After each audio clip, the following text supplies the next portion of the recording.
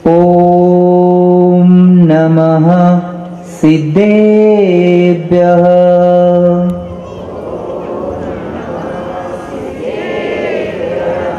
ओम नमः सिद्धेभ्यः।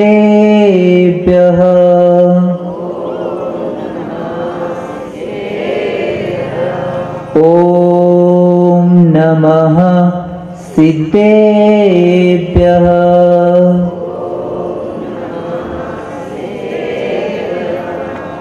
पूजाति पूजेयति भी सुवन्द्यम् संसार गंभीर समुद्र सेतुम् ध्याने कनिष्ठम् गरिमा गरिष्ठम् आचार्यवर्यम् प्रणमामि नित्यम् श्री शांति सागरम् प्रणमामि नित्यम् श्री सन्मति सागरम् प्रणमामि नित्यम्। जब लोग 24 भगवान की, देवादिदेव मूल नायक श्री चंदा प्रभु भगवान की, सिद्धांत शास्त्र की, 20वीं सदी के प्रथमाचार्य चार्य चक्रवर्ती समाधि सम्राट आचार्य श्री शांति सागर जी महाराज की, संत शिरोमणि आचार्य गुरुवर श्री विद्यासागर जी महाराज की, प्रातः स्मरणीय शांत मूर्ति वात्सल रत्नाकर आचार्य भगवंत श्री सन्मत सागर जी महाराज की, परम पूज्य आचार्य श्री वर्धमान सागर जी महाराज की, मम दीक्षा गुरु युवा सम्राट क्रांति रत्न आचार्य गुरुवर श्री चंद्रगुप्त सागर जी महाराज की, अहिंसामय विश्व धर्म की,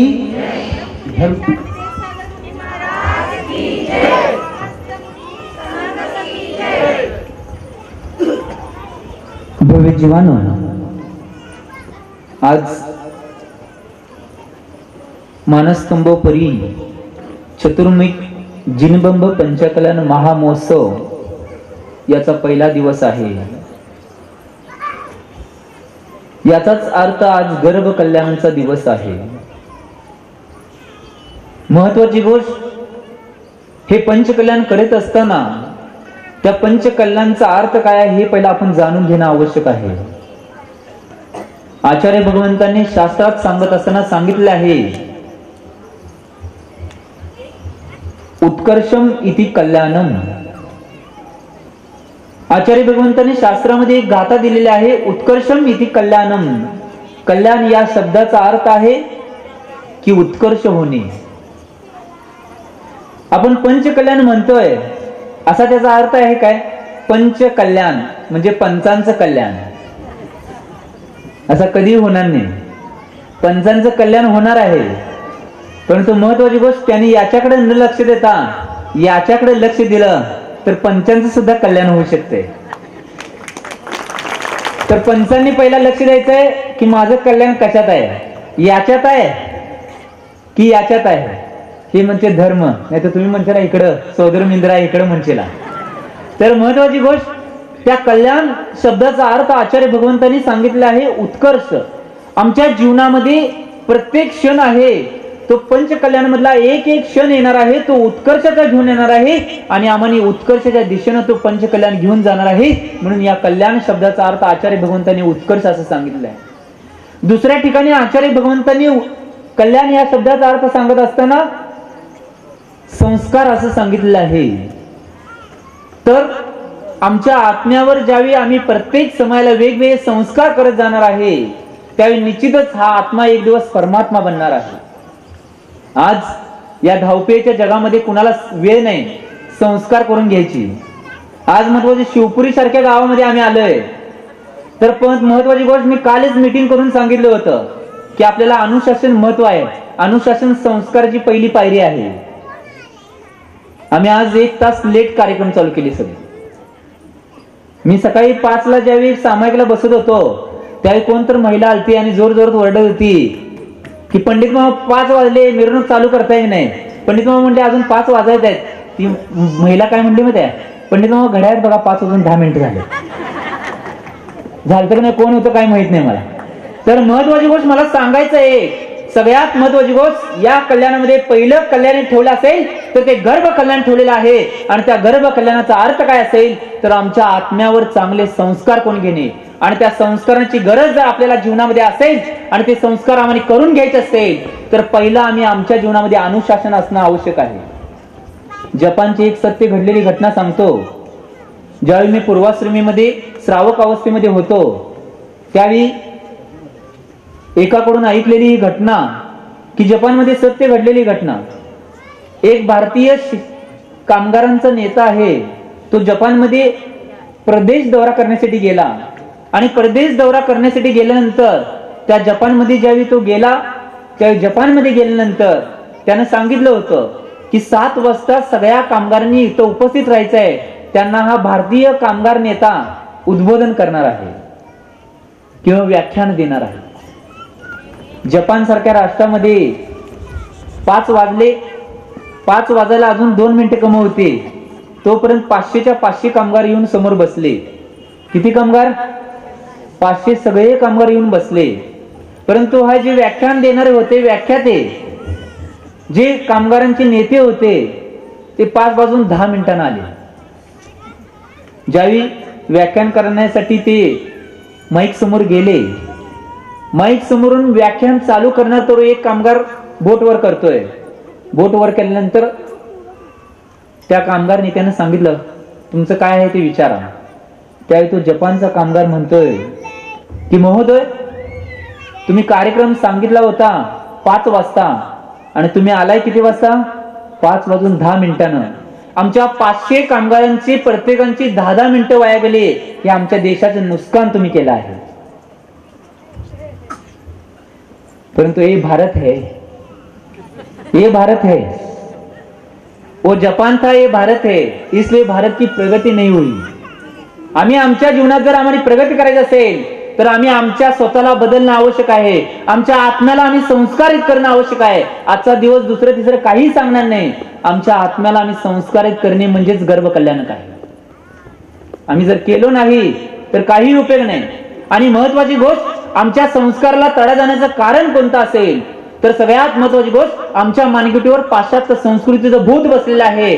ते आमच्या संस्काराला तडे जाण्याचं कारणभूत आहे. ते पाश्चात्य संस्कृतीचं भूत आम्ही उतरणं आवश्यक आहे. कारण की आज या आजीबाई सुद्धा म्हणतात, एका ठिकाणी एका नीतिकाराचं मी दोहे वाचत होतो, त्या दोह्यामध्ये त्या नीतिकारानं म्हणलं होतं, एक आजीबाई म्हणत्या, काय म्हणत्या, या नव्या युक्तात पावडर लिपस्टिकचा मेळा आहे म्हणून 60 वर्षाच्या आजीला वाटते माझं वय 16 आहे. हे आमचे संस्कार होऊन बसले. परंतु हे संस्कार न होता आम्ही आमच्या आत्म्यावर खरोखर उत्कर्षाची कल्याणाचे जर संस्कार केले तर निश्चितच आम्ही खऱ्या सुखाला प्राप्त करणार आहे. या मंडपामध्ये बसलेले वर असतील खाली असतील त्या सगळ्यांच्या मनामध्ये एकच ध्येय आहे. पंडित दौलतरामजी छडालेजी या ग्रंथामध्ये 2ऱ्या श्लोकामध्ये म्हणतात, जे त्रिभुवन में जीव अनंत सुख चाहे दुःखे भयवंत. सगळ्या जीवांची एकच इच्छा आहे की माझ्या जीवनातून दुःख निघून जावं आणि माझ्या जीवनामध्ये फक्त सुख आणि सुख यावं. हे जर आम्ही म्हणत असेल, ही जर भावना आम्ही आमच्या जीवनात करत असेल तर निश्चितच आम्ही आमच्या आत्म्याला संस्कारित करणं आवश्यक आहे. जोपर्यंत संस्कारित करणार नाही तोपर्यंत आमचं काही होणार नाही. नाहीतर आम्ही म्हणणार हे असंच चालायचं.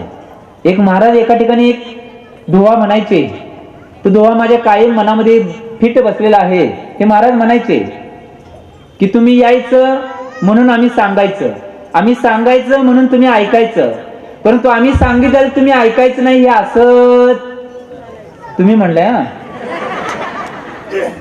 परत ते महाराज पुढे म्हणतात, आम्ही तुम्हाला सांगायचं रात्री भोजन त्याग करा, तुम्ही ते ऐकायचं आणि तुम्ही आमच्याकडे येऊन रात्री भोजन त्यागचा नियम घ्यायचा, परंतु नियम चुकल्यावर लाडू फळावर ताव मारायचं. हे असंच तुम्ही म्हणलाय. हे असंच चालून चालणार नाही. जर आमच्या स्वतःच्या मध्ये जर आम्हाला बदल करायचा असेल तर असंच चालून चालणार नाही. त्यामध्ये बदल करणं आवश्यक आहे. आमच्या आत्म्यावर जे संस्कार होत आहेत त्या संस्कारांना, कुसंस्कारांना आम्ही काढून टाकणं आवश्यक आहे आणि सुसंस्कारांना आमच्या आत्म्यामध्ये आम्ही स्थापित करणं आवश्यक आहे. त्याच वेळी आमचं कल्याण होणार आहे. नाहीतर एक पंचकल्याण काय, हजारो पंचकल्याण घाला, कधीही आमचं कल्याण होणार.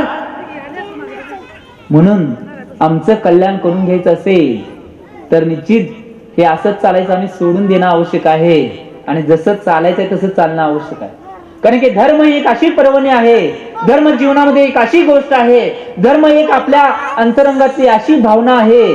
त्या भावनेला आम्ही उजागर केलं, त्या पर्वणीला आम्ही उजागर केलं आणि त्या निश्चित तत्वाला जर आम्ही उजागर केलं तर आमच्या जीवनाचं कल्याण झाल्याशिवाय होणार नाही. म्हणून त्या धर्माला आम्ही जागृत करणं आवश्यक आहे. कारण की सगळीजण म्हणतात की धर्म काय आहे, धर्म काय आहे, धर्म कोणती गोष्ट आहे. परंतु मी सांगताना कायम माझ्या शैलीमध्ये सांगतोय की धर्म एक अशी गोष्ट आहे. एका नीतिकाराने एका ठिकाणी दुवा लिहिला आहे. तो नित्यकार म्हणतोय, हमारा धर्म कोई निरमा पाउडर नहीं जो पहले इस्तेमाल करे फिर विश्वास करे. हमारा धर्म कोई निरमा पाउडर नहीं, पहले इस्तेमाल करे फिर विश्वास करे. हमारा धर्म तो LIC पॉलिसी तरह है जो जीवन के साथ भी और जीवन के बाद भी. आम्ही आमच्या जीवनामध्ये धर्म केल्यानंतर निश्चितच तो जीवनात आत्ताच्या जीवनामध्ये सुद्धा आम्हाने निश्चितच आमचं कल्याण करणार आहे आणि पुढच्या जीवनामध्ये सुद्धा हा धर्म आमचा कल्याण करता आहे. म्हणून त्या धर्माला आम्ही पालन करणं आवश्यक आहे. त्या धर्माचे संस्कार आम्ही करणं आवश्यक आहे. कारण की आज संस्कार लयाला चालले आहेत. हे कशामुळे चाललं असेल तर सगळ्यात मोठं भूत भारतामध्ये आलं होतं. त्या भूतामुळे हे सगळं झालेलं आहे. मी भूत म्हणतोय, महाराजांनी हे शब्द वापरू नयेत तरी सुद्धा म्हणतोय. कारण की आजची जी परिस्थिती आहे ही सगळी परिस्थिती बदलायला कारण कोणतं असेल तर ते भूत होतं. ते भूत कोणतं असेल तर आचार्य भगवान विद्यासागर महाराजांनी त्यांच्या एका पुस्तकामध्ये लिहिलेलं आहे. ते भूत आहे लॉर्ड मेकॅले. तुम्हाला माहित नसेल, नाव पहिल्यांदा ऐकलं आजचीला. लॉर्ड मेकॅले नावाचं भूत आहे. ज्या एलिझाबेथ राणीचा जो PA होता त्याचं नाव आहे लॉर्ड मेकॅले. त्यानं ज्यावेळी भारत सोन्याची चिडिया होता, ज्यावेळी भारत मुक्त होता आणि भारतामध्ये इतकी समृद्धी होती, इतकं सुख होतं, इतकी शांती होती, त्या भारताची परिस्थिती त्यावेळी अशी होती की भारतात एक सुद्धा भिकारी नव्हता. त्या भारतामध्ये त्यावेळी 20,000 गुरुकुल होती. त्या भारतामध्ये त्यावेळी एक सुद्धा पोलीस स्टेशन नव्हतं. त्या भारतातली गोष्ट सांगालोय. त्यावेळी एलिझाबेथ राणीनं सांगितलं त्या स्वतःच्या PA की भारताचा सर्वे करून या आणि मला सांगा की भारताला कसं तोडता येईल. त्यावेळी त्या लॉर्ड मेकॅलेनं भारताचा 1 वर्ष भारतातल्या प्रत्येक गल्ली बोळामध्ये तो फिरला आणि त्या सर्वेतून त्यानं लॉर्ड मेकॅलेनं एलिझाबेथ राणीला एक पत्र लिहिलं की भारताला जर तोडायचं असेल तर भारताची पहिला संस्कृती तोडणं आवश्यक आहे. भारताला जर नष्ट करायचं असेल किंवा भारतावर जर कब्जा मिळवायचा असेल तर त्या भारताची संस्कृती पहिला नष्ट करणं आवश्यक आहे. त्याच्या पुढे जाऊन भारतामध्ये एकंदर कुटुंब पद्धती आहे ती पहिला नष्ट केली पाहिजे. त्याच्या पुढे जाऊन भारतामध्ये जी गुरुकुल आहेत ती गुरुकुल नष्ट केली पाहिजेत आणि त्याच्या पुढे जाऊन जे मातृभाषेवर प्रेम आहे ते पहिला नष्ट केलं पाहिजे. त्यावेळी भारत आपल्या काबीजमध्ये येणार आहे आणि निश्चितच आम्ही त्याच मार्गावर आता चाललोय. जे लॉर्ड मेकॅलेचं स्वप्न होतं ते स्वप्न त्यानं पूर्ण केलं आणि आमचा भारत तुटला गेला आणि त्यानंतर 150 वर्ष इंग्रजांनी आमच्यावर राज केलं. इंग्रज निघून गेले तरी सुद्धा आमच्यावर अजून राज चालूच आहे. इंग्रजांनी जे पेरलं होतं ते पेरलेलं आता उगवलेलं आहे. ते उगवलेलंच आमच्यावर राज करत आहे. इंग्रज तर नाहीत परंतु त्यांनी पेरलेलं आहे ते पेरलेलेच आमच्यावर राज करत आहे. म्हणून आज जर आम्हाला पंचकल्यांच्या निमित्तानं जर काय करायचं असेल तर निश्चितच आमची संस्कृती जपण्याचा संकल्प प्रत्येक व्यक्तीने इथून घेऊन जायचा आहे. आज आमच्या मुलांना आम्ही संस्कार देणं आवश्यक आहे. आज आमच्या मुलींना आम्ही संस्कार देणं आवश्यक आहे. जोपर्यंत आम्ही संस्कृती आमची टिकवणार नाही तोपर्यंत निश्चितच हे भूत कधीही निघून जाणार नाही. हे भूत कायमस्वरूपी तसंच राज करत राहणार आहे, राज करत आहे. आज मला सांगा की शिवपुरीतली इथं कोण कोण आहे त्यांनी बोर्डवर कर बघा. असं करू नका, असं करायचं आहे. दिसायला पाहिजे की मला. हा, हात खाली करा. या शिवपुरी मधील सपरिवार कोण मंदिरला येते त्यांनी बोटवर करा. मी लय हुशार आहे. तुम्हाला वाटतंय तुम्ही फक्त नुसतं पाहुण्यांच्या घरचं आणि शिवपुरीचं पाणी पिताय. आम्ही 4 गावचं पाणी पितोय परंतु आम्ही 100 गावचं पाणी पिऊन येतो इकडे. तर महत्वाची गोष्ट एक सुद्धा व्यक्ती नाही की सपरिवार मंदिरला रोज दर्शनला येतोय. ही लाजिरवाणी गोष्ट आहे. आम्ही कल्याण करलोय. कुणाचं कल्याण करलोय? हे पंचकल्याण करण्यासाठी आम्ही उपस्थित आहे. हे पंचकल्याण करण्यासाठी उपस्थित असताना आम्ही त्यावेळी संकल्प करणं आवश्यक आहे की भगवंतांचे पंचकल्याण चालू आहे, यावेळी भावना भावना आवश्यक आहे. या पंचकल्याण बरोबर माझं पंचकल्याण केव्हा होईल ही भावना आम्ही भावना आवश्यक आहे. त्यावेळी आमचं कल्याण होणार आहे. नाहीतर कितीही केलो, पहिला अनुशासन गोष्ट पाहणं आवश्यक आहे. आज पहिला डाव होता तो भूताचा. काय पंच कमिटीला सगळ्यांना सूचना, पंडितांना पहिला, जर उद्या झालं नाही मंडपात बोलवायला यायचं नाही, स्पष्ट माईक वरनं सांगालोय. तर उद्या सगळे जे कार्यक्रम आहेत ते टायमावर नाही झाले तर महाराजांना बोलवायला यायचं नाही, तुमचं तुम्हीच करायचं. काय कारण की अनुशासन आम्ही दुसऱ्यांना सगळ्यांना सांगतोय. तुम्ही सांगा तुमच्या महत्वाची गोष्ट. जर एखाद्या दारुड्याने सांगितलं दारू सोडा, दारू सोडशीला? एक तंबाखू खाणारा माणूस आहे ते सांगतो तुम्हाला व्यसन सोडा, कधी सोडशीला? परंतु महत्वाची गोष्ट, तुमचा अतिशय पुण्याचा उदय आहे, शिवपुरीवाल्यांचं भाग्य अतिशय जोरात आहे की महत्वाची गोष्ट 2 म्हणत 1 म्हणत 2 म्हणत 3 मुनिराज तुम्हाला उपलब्ध आहे. आज एक एक गावांना एक एक मुनी मिळायचं अवघड झालेलं आहे. परंतु शिवपुरीवाल्यांचं भाग्य आहे, पुण्य आहे, त्यांचा पुण्याचा उदय आहे की आम्ही हे जे करत आहे त्या करण्यामागचा पहिला हेतू समजून घ्या. कारण की आचार्य भगवान विद्यासागरजी महाराज म्हणतात, आयोजन में प्रयोजन भूल गए. आम्ही जे आयोजन केलेलं आहे, एवढा मोठा एवढा खर्च आम्ही करत आहोत, या आयोजन मागं प्रयोजन काय आहे हे पहिला आम्ही साध्य ठेवणं, समोर ठेवणं आवश्यक आहे. की हे एवढं मोठं आयोजन केलंय, या आयोजन मागचं एकच प्रयोजन आहे, प्रत्येक जीवाच्या मध्ये किंवा प्रत्येक आत्म्याच्या मध्ये धर्माचे बीजारोपण व्हायला पाहिजे, हा एकच हेतू आहे. तो हेतू जर ठेवला असेल तर ते आम्ही साध्य करणं आवश्यक आहे, त्याच वेळी आमचं कल्याण होणार आहे. म्हणून जीवनामध्ये माझा टाइम संपलेला आहे. कारण की तुम्ही जे टाइम आहे ते सगळं तुम्ही खाल्लाय, त्यामुळे आमच्या टाइम आता शिल्लक खायला काय नाही. माझा टाइम संपलेला आहे. त्यामुळं मला एकच कळकळीची विनंती आहे, जर आपल्या आत्म्याचं कल्याण करून घ्यायचं असेल, तुम्ही पहिला धडा आज शिकणं आवश्यक आहे की माझं जे अनुशासन आहे त्या अनुशासनामध्ये आम्ही सगळ्या गोष्टी करणं आवश्यक आहे.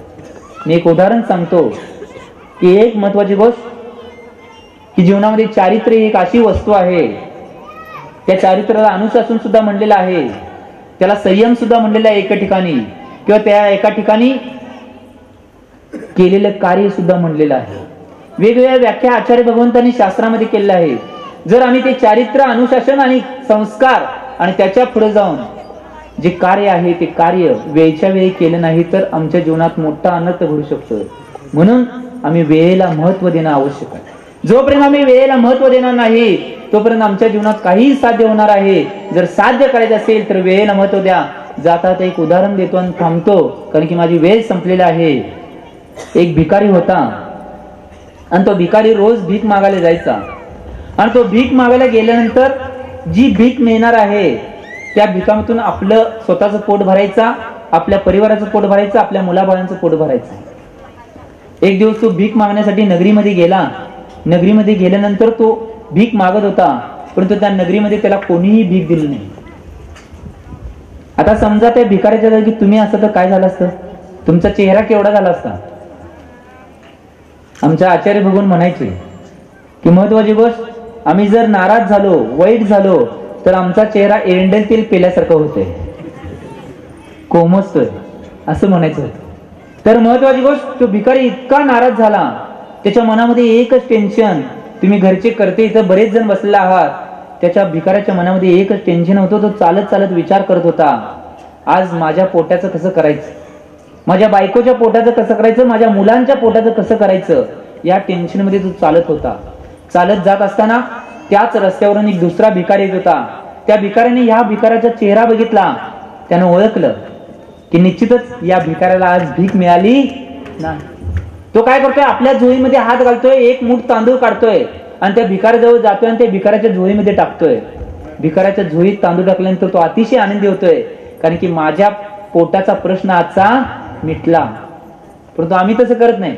महाराज, तो भिकारी एक दिवसाचा पोटाचा प्रश्न मिटला म्हणून तो आनंदी झाला, परंतु आम्ही पेटीच्या पाठीमा लागलोय, पेटी भरायच्या पाठीमा लागलोय म्हणून आम्ही दुःखी आहे. तर महत्वाची गोष्ट, तो तसाच परत जात होता. आता आनंदी अवस्थेमध्ये तो चाललाय. त्याच वेळी समोरून त्याला रस्त्यावरून राजाचा रथ येताना दिसतोय. तेव्हा तो नाचायला लागतोय. का नाचत असतोय? कारण की जर राजाने मला भीक दिली तर माझ्या कित्येक दिवसाचा पोटाचा प्रश्न मिटणार आहे. राजाचा रथ जवळ येतोय, रथ थांबतोय, रथ थांबल्यानंतर रथातून राजा उतरतोय. राजा रथातून उतरल्यानंतर राजा त्या भिकाऱ्याच्या चरणाजवळ जातोय, चरणावर आपले दोन्ही हात टेकवतोय आणि राजा त्या भिकाऱ्याला म्हणतोय मला भीक दे. कोण म्हणतोय? राजा म्हणतोय भिकाऱ्याला मला भीक दे. तेव्हा भिकारी मनामध्ये विचार करतोय, आपल्या राज्याचा राजात जर भीक मागत असेल तर भिकाऱ्यांची काय अवस्था होईल. एवढं म्हणल्यानंतर परत विचार करतोय, आता राजा भीक मागायला म्हणजे भीक द्यायला पाहिजे. तो आपल्या झोळीत हात घालतोय, ते एक मूठ तांदूळ काढतोय, द्यायचा विचार करतोय. तोवर मनात विचार येतोय, जर मी सगळं तांदूळ दिलं तर माझ्या पोटाचं काय करायचं. निम्म तांदूळ खाली टाकतोय, परत काढायसाठी निम्म तांदूळ द्यायला बघतोय. त्यावेळी परत विचार करतोय, जर एवढं सगळं दिलं तर माझ्या बायकोचं काय करायचं, त्यातलं निम्म टाकतोय. परत आणि वर काढतोय थोडे चतकुर तांदूळ. त्यावेळी परत विचार करतोय, हे सगळं तांदूळ दिले तर माझ्या पोरांचं काय करायचं, म्हणून सगळं तांदूळ टाकतोय. त्यातला एकच तांदळाचा कण घेतोय आणि त्या राजाच्या हातावर भीक म्हणून देतोय. राजा अतिशय आनंदी होतोय, रथात बसतोय, निघून जातोय. भिकारी आपल्या घराकडच्या दिशेने जातोय. घराच्या बाहेरच एक पात्र उभा असतंय. कोणतं? घराच्या बाहेर पात्र उभं होतं, पत्नी नावाचं पात्र. त्या भिकाऱ्याची पत्नी घराच्या बाहेरच उभी होती. महिला अतिशय हुशार असतात असं म्हणतात हा. तर ती पत्नी बाहेरच उभा होती. का? कारण त्या महिलेनं काय केलं, आधीच चुलीवर पाणी तापवायला ठेवलं होतं. भिकाऱ्याने भीक घेऊन आला की लगेच पाकडायचं, त्या उकळलेल्या पाण्यात लगेच तांदूळ टाकल्यावर काय होतंय, लगेच तयार. कारण की महिला हुशार असतात. तो भिकाऱ्याची झोळी ते काढून घेते महिला, आत जाते. तो आपला हातपाय धुवून धुवायला जातोय. हातपाय धुवून धुवायला जातोय तोवर ती सगळे तांदूळ सुपामध्ये वतते आणि सुपामध्ये वतल्या वतल्या जोर जोरात वरडायला चालू करते. त्यावेळी भिकारी म्हणतोय, माझ्या हातातून वेळ निघून. तसं परत शिवपुरीवाल्यांना पूजा झाल्यावर म्हणायची वेळ. टाळ्या वाजवू नका, तुमच्यासाठी सांगवले. लगेच टाळ्या वाजवलाय, आपल्या स्वतःचेच वाबाडे काढून घ्यायचे. हुशार आहे हा.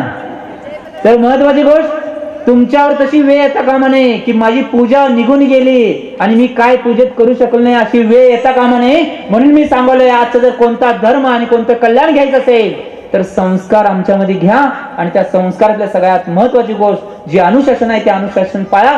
सगळ्यांचं कल्याण झाल्याशिवाय राहणार नाही. मी जाता एवढेच भाव करतो, मानव जीवन मिला है बेस्ट, मानव जीवन मिला है बेस्ट, उसे मत जाने दो वेस्ट. मानव जीवन मिला है बेस्ट, उसे मत जाने दो वेस्ट. पाप को दो रेस्ट, अपने आप की कर लो टेस्ट. पाप को दो रेस्ट, अपने आप की कर लो टेस्ट. तभी हम सबको मिलेगा मोक्ष का एवरेस्ट, तभी हम सबको मिलेगा मोक्ष का एवरेस्ट. जी बोला आचार्य भगवान श्री सन्मत सागर जी महाराज की.